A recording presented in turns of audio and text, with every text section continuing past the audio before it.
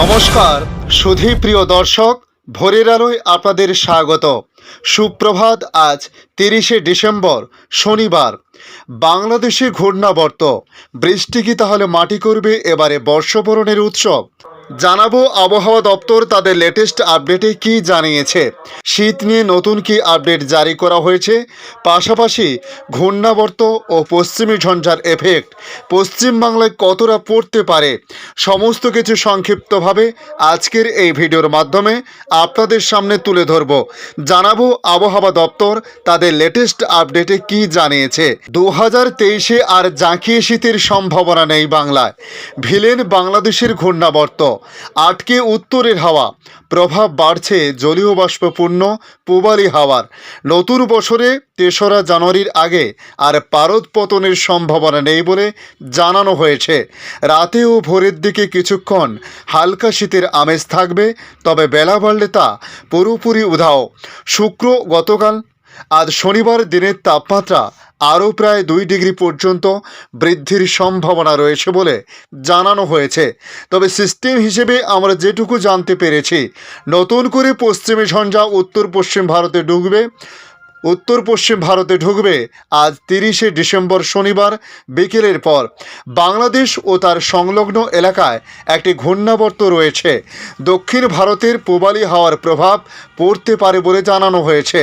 দক্ষিণবঙ্গের আবহাওয়ার পরিস্থিতি নিয়ে আবহাওয়া দপ্তর জানিয়েছে, বাংলাদেশে ঘূর্ণাবর্ত, এর ফলে পূবালি হাওয়ার দাপট বাড়ছে। প্রায় রুদ্র উত্তর পশ্চিম ভারতের শীতল হাওয়ার গতিপথ এবছরে বাকি 3 দিন এবং আগামী বছরের প্রথম 2 দিন এই পরিস্থিতির রদবদল হওয়ার আশা কম। দক্ষিণবঙ্গের আবহাওয়ার ক্ষেত্রে আবহাওয়া দপ্তর জানিয়েছে, বাংলাদেশে রয়েছে ঘূর্ণাবর্ত, এর ফলে পূবালি হাওয়ার দাপট বাড়ছে। প্রায় রুদ্র উত্তর পশ্চিম ভারতের শীতল হাওয়ার গতিপথ এবছরে বাকি 3 দিন এবং আগামী বছরের প্রথম 2 দিন এই পরিস্থিতির রদবদল হওয়ার আশা কম। সকালে কুয়াশা, পরে পরিষ্কার আকাশ থাকার সম্ভাবনা রয়েছে। উত্তরে হাওয়ার দাপট নেই। আজ শনিবার কিছুটা বাড়তে পারে দিনের তাপমাত্রা। রাতের তাপমাত্রা স্বাভাবিকের থেকে কিছুটা বেশি। জেলায় জেলায় কুয়াশার দাপট থাকবে বলে জানানো হয়েছে।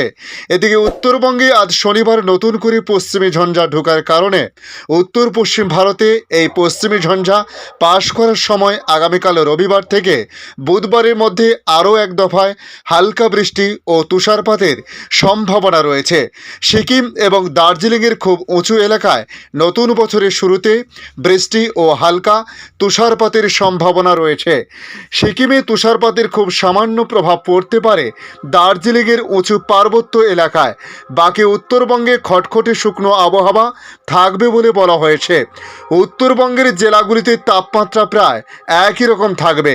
হালকা থেকে মাঝারি কুয়াশা থাকবে দার্জিলিং, কালিম্পং, আলিপুরদুয়ার, কুচবিহার, উত্তর দিনাজপুর জেলাতে। এদিকে কলকাতার আবহাওয়ার পরিস্থিতি নিয়ে বলা হয়েছে, ভোরের দিকে সামান্য হালকা শীতের আমেজ থাকবে, বেলা বাড়লে তা আবার উধাও হয়ে যাওয়ার সম্ভাবনা বেশি। জানুয়ারির 2 তারিখের আগে আর জাঁকিয়ে শীতের সম্ভাবনা নেই। তবে 3রা জানুয়ারি থেকে ফের নিম্নমুখী হতে পারে পারদ। কলকাতার তাপমাত্রা নামতে পারে 15 ডিগ্রির ঘরে। পরিসংখ্যান বলছে, গতকাল সকালে সর্বনিম্ন তাপমাত্রা ছিল 16.9 ডিগ্রি সেলসিয়াস, যা আজ 17 ডিগ্রির আশেপাশে থাকতে পারে। গতকাল দিনের সর্বোচ্চ তাপমাত্রা যেখানে 26.4 ডিগ্রি সেলসিয়াস ছিল, তার আশেপাশে আজও থাকতে পারে বলে বলা হয়েছে। বাতাসে জলীয় বাষ্পের পরিমাণ দিনে 92% এবং রাতে 58% থাকতে পারে। দেশের অন্যান্য রাজ্যের ক্ষেত্রে বলা হয়েছে, ঘন থেকে অতি ঘন কুয়াশার সতর্কতা। এদিকে বছরের শেষ সপ্তাহে আবহাওয়ায় বড় রং বদল। একদিকে রাজধানী দিল্লি সহ পাঞ্জাব, হরিয়ানা, উত্তরপ্রদেশ, বিহার সহ উত্তর ভারতের বেশ কয়েকটি রাজ্যে শৈত্যপ্রবাহ অব্যাহত থাকতে পারে। এইসব রাজ্যের ঠান্ডার পাশাপাশি ঘন কুয়াশায় সমস্যায় বাড়ছে মধ্যপ্রদেশ, বিহার, ঝাড়খণ্ড, উড়িষ্যা এবং অরুণাচল প্রদেশের কিছু অংশে মাঝারি ধরনের কুয়াশা লক্ষ্য করা গেছে। উত্তর পূর্ব ভারত এবং উপকূলীয় তামিলনাড়ুতে হালকা বৃষ্টিপাত আজ হওয়ার কথা জানিয়েছে ভারতীয় মৌসুম ভবন। উত্তরপ্রদেশে ইতিমধ্যে আগামী 24 ঘন্টায় আরও ঘন কুয়াশার সতর্কতা জারি রয়েছে, যার কারণে ঠান্ডা বাড়বে বলে মনে করা হচ্ছে। তবে আজ 29শে ডিসেম্বর উত্তরপ্রদেশে ঘন কুয়াশার বিষয়ে বিশেষ সতর্কতা জারি করা হয়েছে।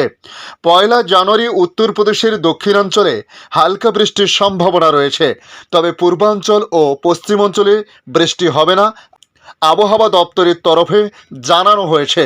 দিল্লি ও তার আশেপাশের এলাকায় 4 দিন ঘন কুয়াশা থাকতে পারে।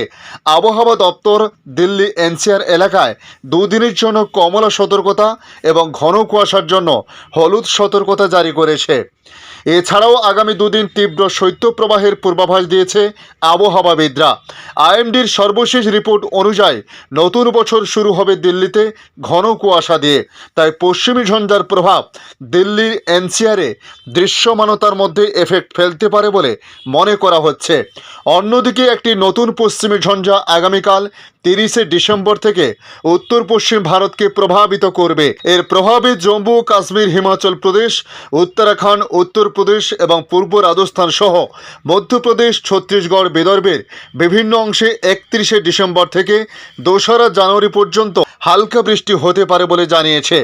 স্কাইমেট ওয়েদার রিপোর্ট অনুযায়ী পাঞ্জাব, হরিয়ানা, দিল্লি, উত্তরপ্রদেশ এবং উত্তর রাজস্থানের অনেক জায়গায় ঘন থেকে অতি ঘন কুয়াশা অব্যাহত থাকতে পারে, যার মধ্যে রয়েছে মধ্যপ্রদেশ, বিহার, ঝাড়খণ্ড, উড়িষ্যা এবং অরুণাচল প্রদেশের কিছু অংশে মাঝারি ধরনের কুয়াশা পড়তে পারে।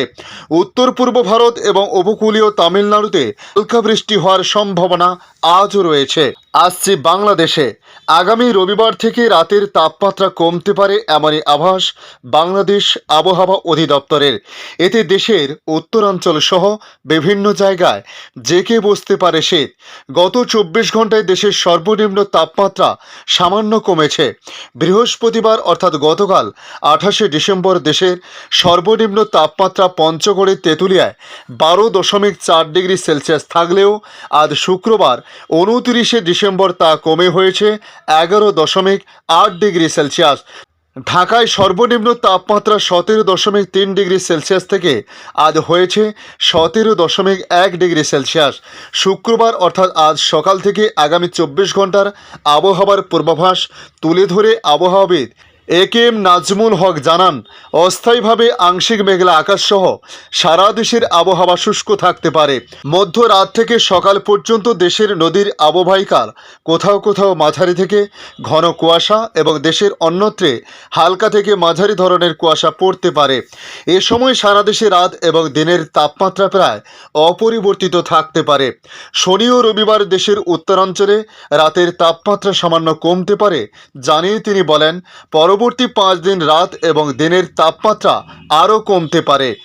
ধন্যবাদ সম্পূর্ণ ভিডিওটি দেখার জন্য। ভালো লাগলে লাইক, শেয়ার, কমেন্ট করবেন।